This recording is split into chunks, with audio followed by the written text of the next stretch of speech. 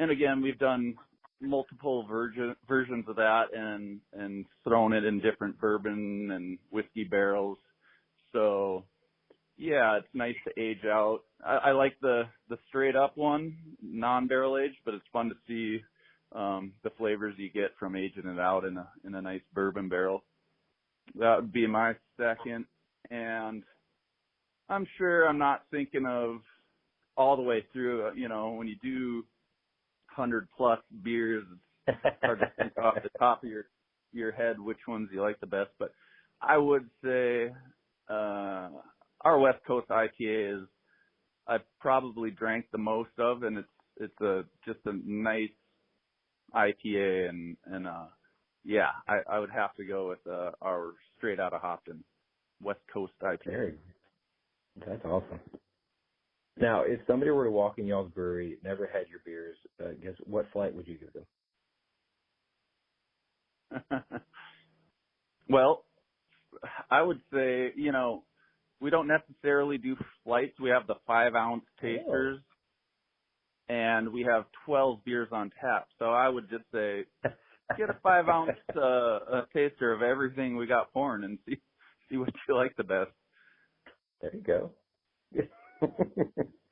Try them all. Yeah. So one of the things that we try to, work with our bartending staff on is, if someone comes in and they really don't know what to get, just with a very general, do you like light, dark, sour, sweet, fruity, just like what kind of general flavors do you like?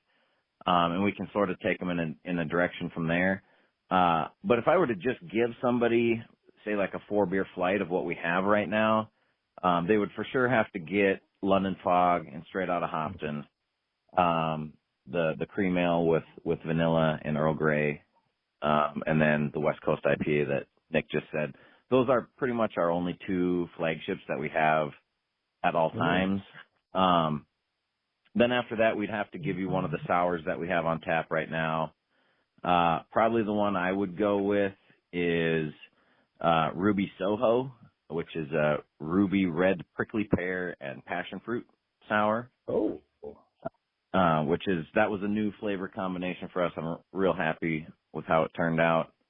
And then just to round things out, I'd probably have to put a dark beer in there. So I'd probably give them a choice between our Doppelbock and our vanilla porter, just whatever they're feeling. But yeah, I think that would be a pretty good, well-rounded flight from what we got sitting around right now.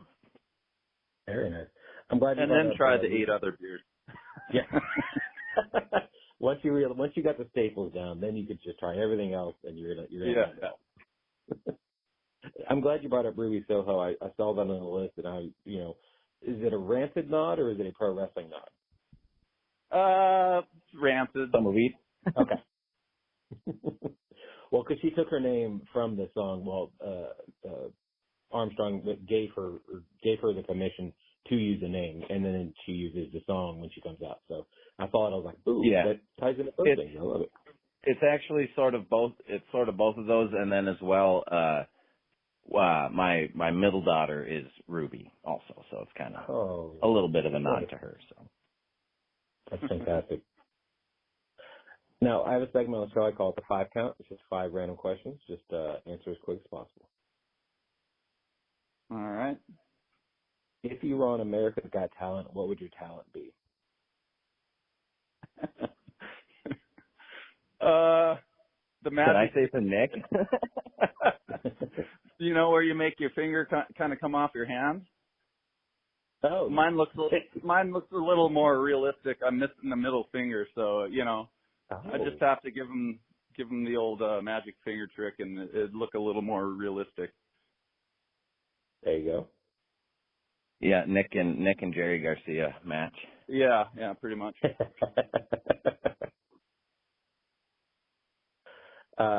you're a pro wrestler or MMA fight, what would your talent be? If you skipped over you. Probably able to fall asleep faster than just about anyone on earth. What a wonderful talent that is. If you were a pro wrestler or MMA fighter, what would your name be? Ooh. I already got mine. I got to stick with Eric the Sour.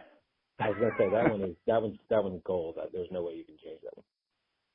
Yeah. Typical Nick. That actually works. How about, or switch it, Nick Typical. Nick Typical. There you go. What are you nerding out on right now? Ooh, I'm nerding out on the Nintendo Wii. Haven't had a gaming system in quite a while, and we just picked one up last month. So I'm nerding out on some Mario Kart. There we go. Don't get. I've gotten tennis elbow from playing Wii tennis, so definitely watch out for that. Or did I? Well, Switch. I meant Switch. I meant the. Oh, Switch. Gotcha. Yeah. Okay. We've been playing a lot of Diablo 4, but actually most recently, like a tabletop, kind of like a card strategy game. It's called Wingspan. It's actually pretty fun. I've not heard of that one. I have to check that one out. Who or what inspires you? Ooh. Eric? Belgian brewers. Belgian beers, yeah. They're kind of the masters of, they're kind of the originators of barrel-aged sour beer, but they have a lot of other styles that they just do really well, and that's probably one of my favorite regions, of beer history. So, specifically spontaneous brewers, but Belgian brewers in general.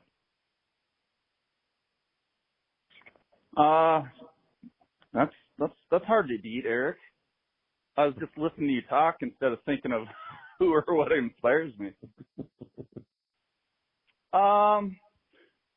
If we're sticking with beer, just the passion of the brewing industry and different brewers and seeing them make their dreams come true and always trying to improve, and just the general attitude of the industry. It's pretty inspiring.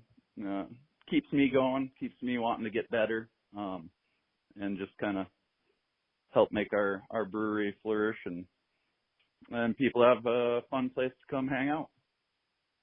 Exactly. And what would you tell your 17-year-old self?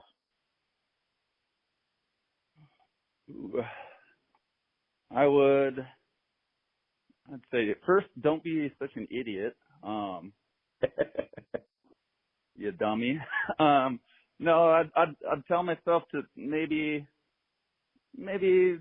start brewing at an earlier age, because I even went to college for biology and chemistry, and the thought of brewing never even crossed my mind. But had it, I could have focused a little more on certain aspects of that and got going a little sooner, because it's what I love to do.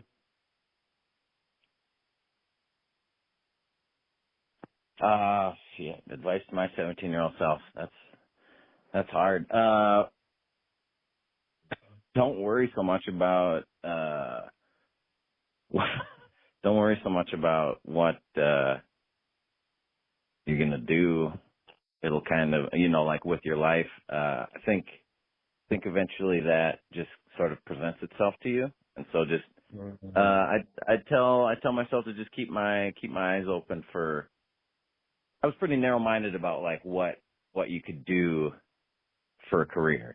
So that would probably be my advice, is just keep an open mind about what you can do for a living. I love that, because I think we were all brought up to where you're supposed to, we all have these jobs that you're supposed to go get, and you're supposed to do this, you're supposed to do that. And then, once you actually fully get out in the world, you're like, oh, I can actually do this, and it will still pay me what I want to be paid, and I can have all this freedom, and I can make all these different connections and all these other things, and I didn't have to go to school to do this. Like, why didn't I think about this before? It's funny, because it's that other thing of, you have these dreams that you want to accomplish, but people are always going to tell you to not to do them until you achieve them. And then they're the first ones to be like, oh, I'm so glad I never told you not to do anything. And they're your biggest supporters, but you're like, wait a minute, the whole time you told me not to do this, but here I am, and I proved you wrong. And somehow, you're telling me I was doing good the whole time? Like, it's killing me. Yeah, that happens quite often. So yeah, that's a good point. Yeah. Now, if people wanted to find out more about y'all, try your beer, follow you guys online, come to the brewery, how can they do all those things? Well, we have a pretty good social media presence. Facebook and Instagram are always letting you know what's going on. Untapped is a good way to find out. Try to keep that as current as possible. Locally, we've got a few outlets that also we can post our events, this, that, and the other. If you're in the brewery, we have an event calendar up every month, so you'll know what's coming up. And then just traditionally, like, we have certain events that we do every year, and they're around the same time. So if you find something you like you want to run the beer mile every year, it's kind of around in the same month, around the same time. Yeah, and eventually we're looking at putting together a website, but for now, those are kind of the places you can find out information about us. That's awesome. Well, thank you guys so much for the time. I've enjoyed getting to know y'all, and I can't wait to make it up to North Dakota. I think I've maybe only made it up there once, and it's probably around almost 30 years ago. That can't be right. 20 years ago. It's been a long time. So either way, I'm definitely going up there, not in the wintertime because I'm not a fan of the cold. So summertime, I will be up there. So. Beautiful summers, yeah. Don't come in the winter. Yes, not coming in the winter at all. No worries. You can keep the snow for you. Yeah. Yeah, well, nice chatting with you. Yeah, thank you. There we go.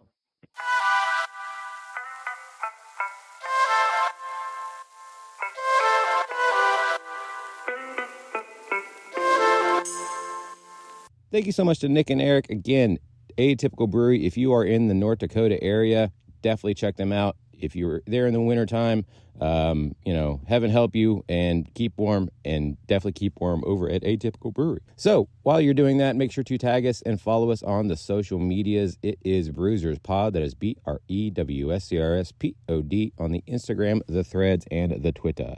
If you want to send us an email, it is brewserspod@gmail.com.